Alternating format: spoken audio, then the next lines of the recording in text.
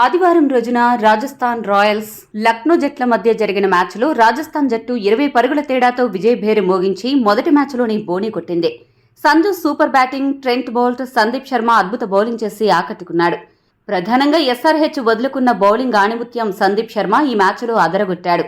చాకచక్యంగా బౌలింగ్ చేసి పూరన్ స్పీడ్కు బ్రేకులు వేయడంతో రాజస్థాన్ సులభంగా గెలుపు తీరాలకు చేరింది. లక్నో జట్టు తన బ్యాటింగ్ ఆర్డర్లో కీలక మార్పు చేయాల్సిన అవసరం ఉంది. కేఎల్ రాహుల్ మిడిల్ ఆర్డర్కు మారి దేవదత్ పడిక్కల్ను ఓపెనర్గా పంపాలి. ఈ మార్పు చేస్తే లక్నో జట్టుకు చాలా లాభం కలుగుతుంది. ఈ మ్యాచ్ హైలైట్స్ విషయానికొస్తే టాస్ గెలిచిన రాజస్థాన్ జట్టు మొదట బ్యాటింగ్ చేయాలని నిశ్చయించుకుంది. ఓపెనర్ జోస్ బట్లర్ 11 పరుగులు మాత్రమే చేసి తన పూర్ ఫామ్ను కొనసాగించగా మరో ఓపెనర్ జైస్వాల్ 12 బంతుల్లో 24 పరుగులు చేసి పర్వాలేదనిపించాడు. 49 పరుగులకే 2 వికెట్లు కోల్పోయినట్లు కనిపించినా ఆ తర్వాత వచ్చిన సంజు శాంసన్, రియాన్ పరాగ్ అద్భుత బ్యాటింగ్తో ఆకట్టుకున్నారు. బ్యాటింగ్ ప్రమోషన్ కారణంగా 4వ స్థానంలో వచ్చిన రియాన్ పరాగ్ మంచి బ్యాటింగ్తో వచ్చిన అవకాశాన్ని సద్వినియోగం చేసుకున్నాడు. మరో ఎండ్లో ఉన్న సంజు శాంసన్ జూలు విదిల్చి పంజా విసిరాడు. తనలో దాగి ఉన్న బ్యాటింగ్ కలను చాలా కాలం తర్వాత బయటకు తీసి సూపర్ బ్యాటింగ్తో పరుగుల వరద పారించాడు. సంజు వన్డౌన్లో బాగా ఆడతాడు. మిగతా స్థానాల్లో అంత ఎఫెక్టివ్గా ఆడలేకపోయాడు. కాబట్టి టీమిండియా యాజమాన్యం కూడా సంజుకు వన్డౌన్లో అవకాశం కల్పించాలనే డిమాండ్ ఊపందుకుంది. కానీ ఆ స్థానంలో కోహ్లీ ఇప్పటికే ఉండడం సంజుకు పెద్ద మైనస్. ఇక ఈ మ్యాచ్లో సంజు శాంసన్ యాంకర్ రోల్ పోషించడమే కాకుండా చివరి వరకు అజేయంగా నిలిచి దూకుడైన బ్యాటింగ్తో అలరించాడు.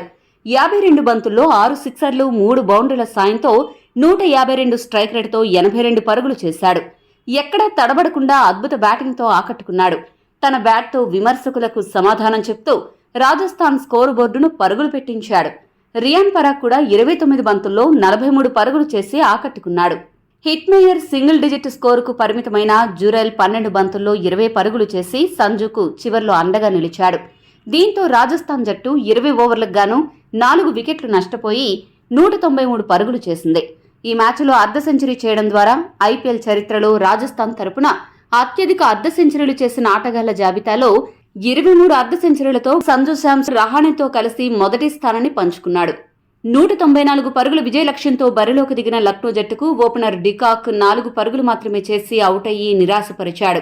పడిక్కల్ డకౌట్ అవ్వడం, ఆయుష్ బదోని 1 పరుగు మాత్రమే చేసి పెవిలియన్ చేరడంతో లక్నో కష్టాలు మరింత ఎక్కువయ్యాయి. 11 పరుగులకే 3 వికెట్లు కోల్పోయిన దశలో కేఎల్ రాహుల్, దీపక్ హుడా 4వ వికెట్కు 49 పరుగుల భాగస్వామ్యం నెలకొల్పారు. హుడా 13 బంతుల్లో 26 పరుగులు చేసి అవుట్ అయ్యాడు. ఒకవైపు వికెట్లు పడుతున్నా కేఎల్ రాహుల్ మాత్రం యాంకర్ రోల్ పోషిస్తూ నిలకడగా ఆడుతూ 44 బంతుల్లో 58 పరుగులు చేసి అవుట్ అయ్యాడు. ఇక లక్నో ఓటమి ఖాయమని అనుకున్న దశలో 41 బంతుల్లో 64 పరుగులు చేసి అజేయంగా నిలిచి ఒంటరి పోరాటం చేసినా చేయాల్సిన లక్ష్యం పెద్దదిగా ఉండడంతో లక్నోకు ఓటమి తప్పలేదు. ఈ వీడియో మీకు నచ్చితే లైక్, షేర్, కామెంట్ చేయండి. మరిన్ని స్పోర్ట్స్ అప్డేట్స్ కోసం మా ఛానల్ను సబ్స్క్రైబ్ చేసుకోండి.